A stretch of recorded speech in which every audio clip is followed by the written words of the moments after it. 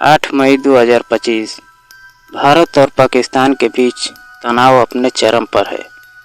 सीमा पर गोलियों की आवाज़, आसमान में लड़ाकू विमानों की गड़गड़ाहट और ज़मीन पर डर और उम्मीद की मिली-जुली आहट। और इस सब के बीच राजस्थान की सीमा से सटे एक छोटे से गांव खारवा में बैठी है 67 वर्षीय शांति देवी, जिसकी आंखें लगातार एक ही दिशा में लगी है, उत्तर की ओर, जहां उसका पोता विवेक तैनात है। खारवा गांव वो जगह थी जहां लोग सूरज के साथ जागते थे और चूल्हे की आग बुझने के साथ सो जाते थे। पर पिछले 3 दिनों से यहाँ रातें गूंगी थी, चारों ओर सन्नाटा था। मंदिर की घंटी, ना ही किसी दुल्हन के हाथों की चूड़ियों की खनक। गांव में लगे स्पीकर से दिन में 2 बार ऐलान होता, कृपया सभी लोग बंकर में शरण लें, सीमा पर स्थिति गंभीर है। सरकारी स्कूल के नीचे बने अस्थायी बंकर में शांति देवी भी जाती थी, पर हर बार सबसे कोने में बैठ जाती। वहां से मोबाइल का सिग्नल थोड़ा बेहतर आता था। वह हर 2 घंटे में एक ही नंबर डायल करती थी, विवेक बेटा, एक बार आवाज़ दे दे। शांति देवी के पति खुद भी सेना में थे, कारगिल युद्ध में शहीद हो गए थे। तब शांति देवी 38 साल की थी। बेटे को पढ़ाया, बड़ा किया, पर वह कैंसर से 35 साल की उम्र में ही चल बसा। तब विवेक सिर्फ 9 साल का था। तब से वही उसकी दुनिया बन गया था। विवेक जब एनडीए गया तो गांव वालों ने मिठाइयाँ बांटी थी। उसने अपनी पहली पोस्टिंग की तस्वीर दादी को भेजी थी। यूनिफॉर्म में सीने पर इंडिया का बिल्ला और आंखों में वही चमक जो उसके बाबा की तस्वीरों में देखती थी। 8 मई की सुबह खबर आई, भारतीय वायुसेना ने ऑपरेशन सिंदूर के तहत पाक अधिकृत कश्मीर में आतंकी ठिकानों को निशाना बनाया। खबर सुनते ही शांति देवी ने विवेक को फ़ोन किया, पर फ़ोन बंद मिला। उसने टीवी ऑन किया। हर न्यूज़ चैनल पर एक ही चीज़ थी, भारत ने जवाब दिया। गांव का सरपंच दौड़ते हुए आया, शांति माँ, सेना से कुछ लोग आए हैं, आपको बुलाया है। शांति के पांव लड़खड़ा गए, दिल जैसे रुक गया हो। पर जब वह पंचायत भवन पहुंची तो एक सूट बूट पहने हुए अफसर मुस्कुराते हुए खड़ा था। अफसर ने कहा, शांति देवी जी, आपके पोते विवेक ने ऑपरेशन सिंदूर में दुश्मन के ठिकाने पर बम गिराकर मिशन को सफल बनाया है। वो घायल है लेकिन सुरक्षित है। आपने एक वीर पैदा किया है। शांति देवी की आंखों से आंसू झरने लगे। भीड़ ने भारत माता की जय के नारे लगाए।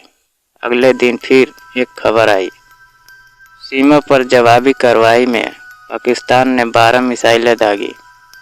कुछ भारतीय जवान लापता है। अब शांति देवी की आंखों का पानी सूख चुका था। हर पल जैसे सांस रोके बैठी थी।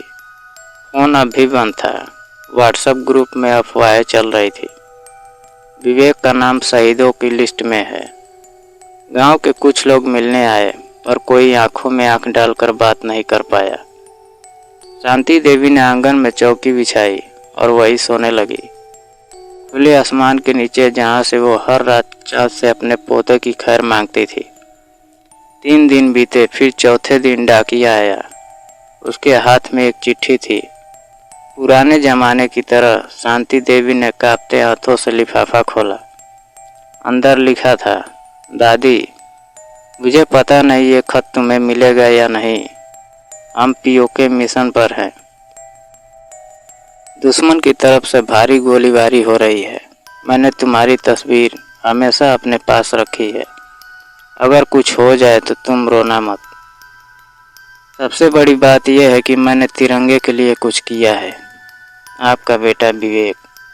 शांति देवी चिट्ठी को सीने से लगाकर फूट फूट कर रो पड़ी। गांव में सन्नाटा छा गया। उसी शाम बंकर में फिर एक सायरन बजा, पर इस बार कोई हमला नहीं, बल्कि सेना का हेलीकॉप्टर गांव के पास उतरा था। हेलीकॉप्टर ने स्ट्रेचर उतरा। विवेक की दाईं टांग पर पट्टी, माथे पर पट्टी, पर आंखें खुली थी। शांति देवी दौड़ती हुई आई। बेटा विवेक। विवेक ने कांपते हुए हाथ से दादी का हाथ थामा।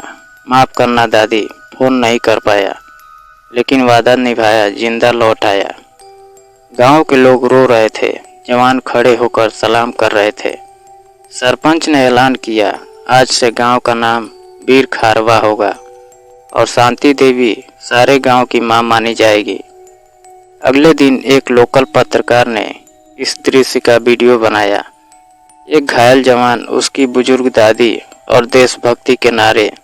वीडियो सोशल मीडिया पर वायरल हो गया। हैशटैग वीर खारका, हैशटैग दादी का सपना ट्रेंड करने लगा। प्रधानमंत्री कार्यालय से फोन आया, शांति देवी को भारत गौरव सम्मान मिलेगा।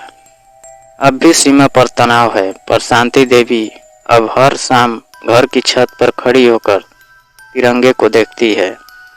तेरा सिर कभी ना झुके बेटा, तू जिंदा है, बस यही काफ़ी है। यह कहानी न केवल दादी और पोते के रिश्ते की ताकत को दर्शाती है, बल्कि हर उस माँ, बहन, दादी और पत्नी के प्रतीक है जो किसी जवान को अपने दिल में बसाए जीती है। जब देश के बेटे सीमा पर होते हैं तो घर की औरतें ही असली योद्धा होती हैं।